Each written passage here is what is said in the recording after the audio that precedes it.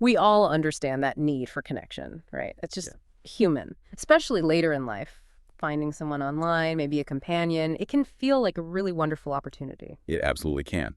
But that search, that very human desire, is unfortunately being exploited. It's become a direct pathway for some pretty sophisticated criminal organizations. And that's what we're diving into today. We're looking at confidence and romance scams, specifically how they target older adults.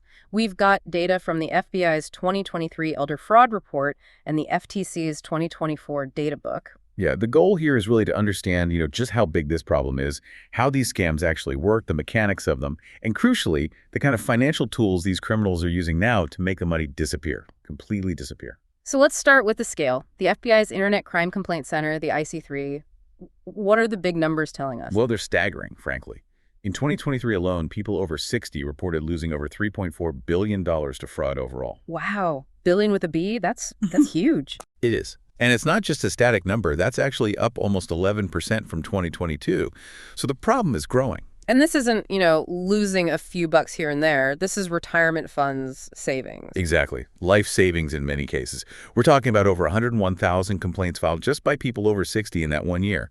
Now, that covers various frauds like tech support scams too, but confidence and romance scams are consistently among the most damaging, both financially and emotionally. Right. So drilling down into those specific scams, what did the FBI find for romance scams targeting the over 60 group? Okay, so specifically for confidence romance scams, there were 6,740 reports from that age group in 2023. 6,700 people. Yeah, and those reports added up to almost $357 million in losses. Just in that year, just from that group, just from that scam type. That averages out to, what, over $50,000 per person? Over $50,000 per reported incident, yes. And you have to remember, that's only the reported loss. So many people feel, ashamed or embarrassed. They don't come forward. The real number is likely much, much higher. It's devastating. These aren't just opportunistic criminals. They're skilled manipulators. They are masters of social engineering. They target that emotional vulnerability first, and then they go after the finances. Okay, let's unpack this. Let's get into the how, phase I, as it's often called. Creating that illusion of intimacy, sometimes called love bombing. How does it even begin? Well, it all starts with the setup, the fake identity. They build this perfect online persona, often using stolen photos, pictures of real people, maybe attractive people, military personnel, professionals, whatever they think will appeal to their target. So they tailor it. If the target mentions liking certain things, the scammer suddenly shares those interests. Precisely. It's all about mirroring and creating this feeling of, wow, we have so much in common. The goal is to build what feels like a deep connection incredibly quickly. And this love bombing concept, what does that look like in practice? It's an overwhelming amount of attention and affection, almost immediately. Constant messages, morning, noon, night. Declarations of love very early on, sometimes within days or weeks. It bypasses the normal, gradual way relationships develop. That speed seems key. It doesn't give the target time to think critically, maybe. Exactly. It feels like a whirlwind romance, a soulmate connection. They're often very good communicators, great listeners, sharing fake personal stories to build rapport fast. They're exploiting that fundamental human need to feel seen, valued, loved. And once someone feels that connection, it must be incredibly hard to accept it might not be real. Very hard. Because questioning the scammer means questioning the entire relationship, questioning your own feelings and judgment. It creates a strong resistance to warnings from family or friends. So they build this intense but entirely online relationship. How do they handle the inevitable question, when can we meet? Or even just a simple video call? Yes. They always have very plausible sounding excuses. The sources highlight two really common, effective cover stories. Okay, what are they? First, they often claim to be in the military. Maybe a high-ranking officer deployed overseas in a place where communication is difficult or dangerous. Right, makes sense. Hard to video call from a war zone. Exactly. The second common one is claiming to be in a trade-based industry working internationally. Think like an engineer on an oil rig or a contractor on a big project in a developing country.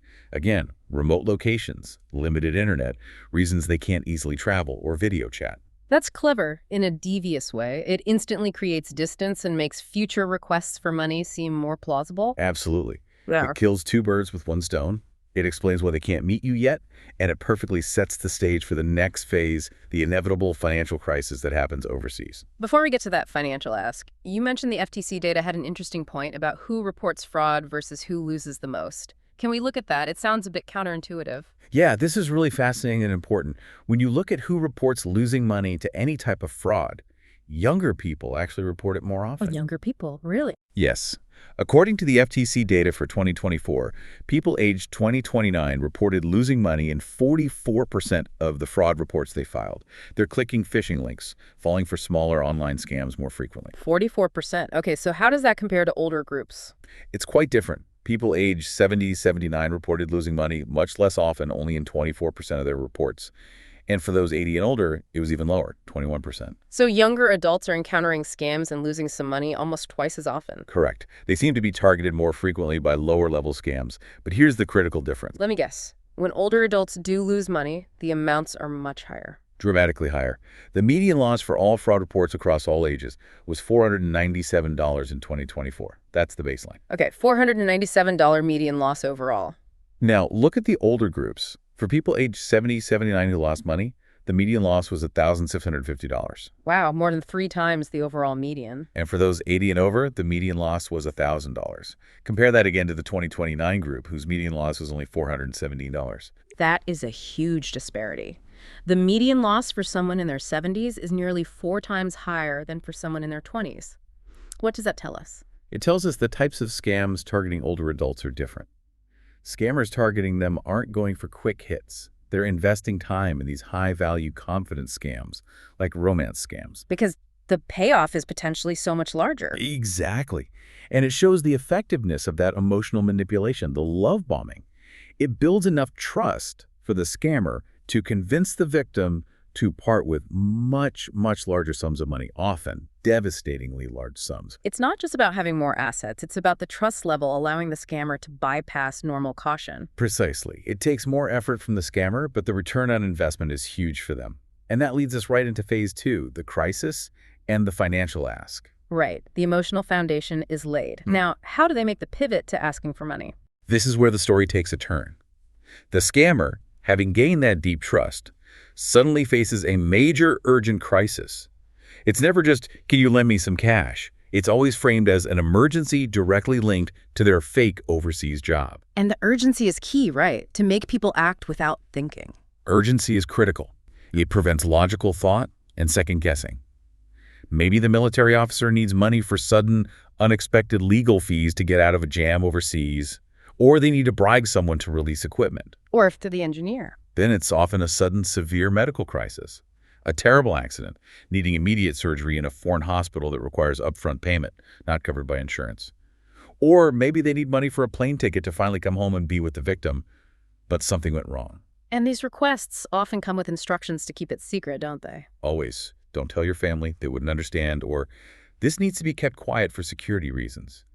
That isolates the victim and prevents them from getting advice from trusted sources. We already saw the average loss per incident was high, but the FBI report highlighted some truly extreme cases. Yes. The average loss across all fraud types for the over 60 group was already $33,915 in 2023. That alone is huge. That could be someone's entire annual income in retirement. Easily. But it gets worse. The FBI found 5,920 individuals over 60 who reported losing more than $100,000 each in 2023. Nearly 6,000 people losing over $100,000 each. Yes. And the sources describe people remortgaging their homes, emptying their entire retirement accounts, borrowing heavily from family and friends, all because they believe they're helping their beloved partner through a temporary crisis. It's financial ruin. And the emotional cost. The report even mentions suicides. Tragically, yes. The shame, the realization of the betrayal, combined with the complete loss of financial security, it has led to suicide in some cases. It's just devastating. It's psychological warfare. It really is. Yeah. But you mentioned earlier that the romance scam itself, as terrible as it is, might just be the beginning. It can morph into something even bigger. That's a really crucial point in the data. The romance or confidence scam is often the setup, the social engineering phase, for what turns out to be the most costly crime type for this age group, investment fraud. Okay, explain that connection. How does romance lead to investment fraud? Sometimes called pig butchering, right? Exactly, that's the term often used. Investment scams were the single biggest source of loss for the over 60 group in 2023, totaling over $1.24 billion. $1 billion just from investment scams targeting older adults. Yes, dwarfing the $357 million from the romance scams themselves. And the key finding is that most cryptocurrency investment scams start with social engineering, usually initiated through a romance or confidence scam. So the scammer builds the relationship first. Right. They spend weeks, months building that deep trust as a romantic partner. Then, instead of asking for emergency money, they shift the conversation. They start talking about securing their future together. They let the victim in on an exclusive, supposedly low-risk, high-return investment opportunity, usually involving cryptocurrency trading. So they're not asking for help anymore. They're offering a shared path to wealth. Precisely. They guide the victim to a sophisticated-looking but completely fake online trading platform. The victim invests, sees fake profits grow, invests more. Often liquidating their actual savings and retirement accounts to pour into this fake platform. That's the playbook. They move from asking for thousands for an emergency to coaching the victim to invest hundreds of thousands or even millions into the fake investment. So the romance is the hook, but the investment scam is where they really clean people out. That's what the numbers show. For the over 60 group, investment scams involving crypto accounted for $716.4 million in losses. Direct romance scams using crypto as payment were a separate $93.4 million. The investment angle is where the truly catastrophic losses are happening. The scammer basically turns their partner into an investor in a completely fake scheme, watches them liquidate everything, and then vanishes. They drain everything they possibly can. And this sophistication leads us directly to the next critical piece: the payment methods. How are they getting the money out in ways that can't be traced or recovered? Right, because traditional banks have fraud detection, ways to recall wires sometimes. Scammers must be trying to avoid banks. They are actively moving victims away from traditional banking systems towards irreversible methods. One major trend is the increased use of cryptocurrency ATMs and kiosks. Crypto ATMs. How does that work for someone, especially an older person who's likely never used crypto? Scammer coaches them through it. They'll tell the victim exactly what to do. Withdraw large amounts of cash from their bank, often carefully staying just under reporting limits, then go to a specific gas station or store with a Bitcoin ATM. And they walk them through feeding cash into a machine. Yes, step by step over the phone. Insert the cash here, scan this QR code. The cash is converted to crypto and instantly sent to a digital wallet controlled by the criminal. And once it's crypto and sent, it's basically gone. Effectively, yes. It gets tumbled through multiple anonymous wallets almost instantly, making it virtually untraceable and impossible to recall. The FBI mentioned over 2,000 complaints from the over 60 group involved this method in 2023. That's incredibly concerning, using local physical machines to funnel money into the untraceable digital world. But the sources mentioned something even more brazen: actual physical pickups. Yes, this is an alarming newer trend. Using physical couriers. This often overlaps with call center scams or impersonation scams, but the principle applies. Scammers convince the victim to liquidate assets into physical forms: cash, gold bars, silver coins. Actual gold bars. Yes, or large sums of cash. Then they arrange for a courier to physically meet the victim and pick up the assets. They send someone to the victim's house. How do they possibly convince someone that's legitimate? The courier is presented as some kind of official agent, maybe from the government or a security company or a lawyer's representative sent to safeguard the assets. They might have fake badges or documents. It relies on the immense trust already built by the primary scammer. The IC3 saw a big jump in this from mid to late 2023, with over $55 million lost just through these courier pickups. Wow. So whether it's crypto ATMs or physical couriers picking up gold, the common theme is avoiding banks entirely. That's the bottom line. They are deliberately pushing victims towards payment methods, crypto, cash, precious metals that are irreversible and operate outside the regulated financial system, cutting off any chance for bank intervention or recovery. Which makes the next part crucial: protection and the action plan. Given how these scams are designed for secrecy and irreversibility, what can people actually do? What does the FBI recommend? The absolute first step, according to the FBI, is reporting. Report any suspected fraud, even if you didn't lose money, even if it was just an attempt. Report it to the IC3 immediately. Why report an attempt if no harm was done? Because every report is a piece of the puzzle. It helps law enforcement see patterns, identify new scam tactics, link cases together, potentially track down the criminals, and warn the public. The IC3 gathers all this data and shares it across agencies. It's a vital intelligence. Okay, reporting is step one. What if someone has sent money, specifically a wire transfer? Is there any hope? There's a small window, but you have to act incredibly fast. The FBI has the IC3 Recovery Asset Team, or RAT. Their job is to try and freeze funds sent fraudulently, but primarily for domestic wire transfers within the U.S. They use a process called the Financial Fraud Kill Chain, the FFKC. The RAT team and the FFKC. Can you explain the kill chain a bit more? Sure. It's basically a rapid response protocol. When the RAT gets a detailed report quickly enough, they can contact both the sending bank and the receiving bank, if it's domestic, to try and get the funds frozen before the scammer can withdraw them or move them offshore. It sounds like a race against the clock. It absolutely is. But it can work. In 2023, the RAT team initiated this kill chain for 626 cases involving victims over 60, representing over $58 million in reported losses for just those cases. And did they manage to freeze any of it? Yes. Thanks to cooperation from the banks involved, they were able to freeze about $32 million of that $58 million. So a decent chunk, but only because the victims reported extremely quickly and provided all the necessary detail. Okay, so for anyone listening who might realize, oh my gosh, I just sent a wire, what are the absolute immediate must-do steps? Two things, non-negotiable, ideally within 24, maybe 72 hours max. One, call your bank or financial institution immediately. Tell them it was fraud. Ask them to request a recall or reversal. Critically, ask them for a hold harmless letter or letter of indemnity to send to the receiving bank. Hold harmless letter, what's that for? It basically tells the receiving bank, if you freeze these funds and it turns out later it wasn't fraud, we, the sending bank, will cover any losses. It gives the receiving bank the legal confidence to freeze the funds quickly without a lengthy investigation. Got it. Bank first, ask for recall, and hold harmless letter. What's step two? Immediately file a detailed complaint with the FBI's Internet Crime Complaint Center at ic3.gov. That's www.ic3.gov. And detailed is key. You need to provide all the transaction information. Bank names, account numbers, routing numbers, amounts, dates, everything you have. Without that, the RAT team can't act.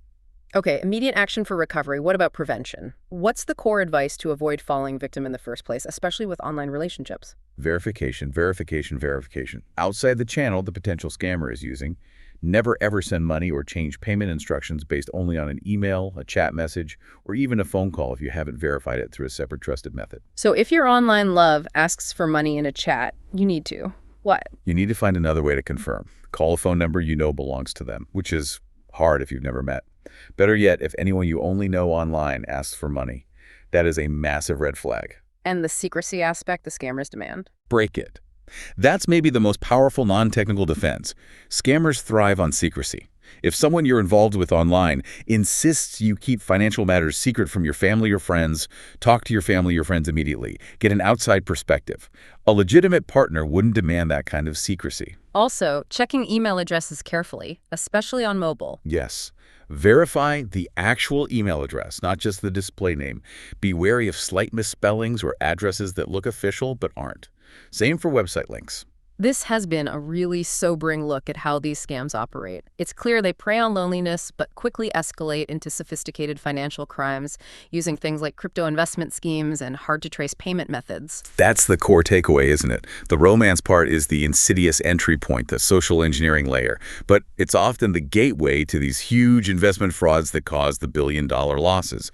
And it raises a really tough question for us. Which is? Well, if technology, dating apps, encrypted messaging, crypto makes the scammer's job easier by creating distance and untraceable payments, what are the non-technological things we need to focus on? Like breaking that secrecy we talked about, building community awareness, reducing the shame around reporting. How do we fault the human element of the scam? That's a powerful thought to leave our listeners with. It's not just about technology, it's about vigilance, community, and overcoming the stigma. The data really does paint a stark picture. We urge you to look at the FBI's 2023 Elder Fraud Report if you want more detail. Thank you for joining us on this deep dive. Thank you. We'll catch you next time.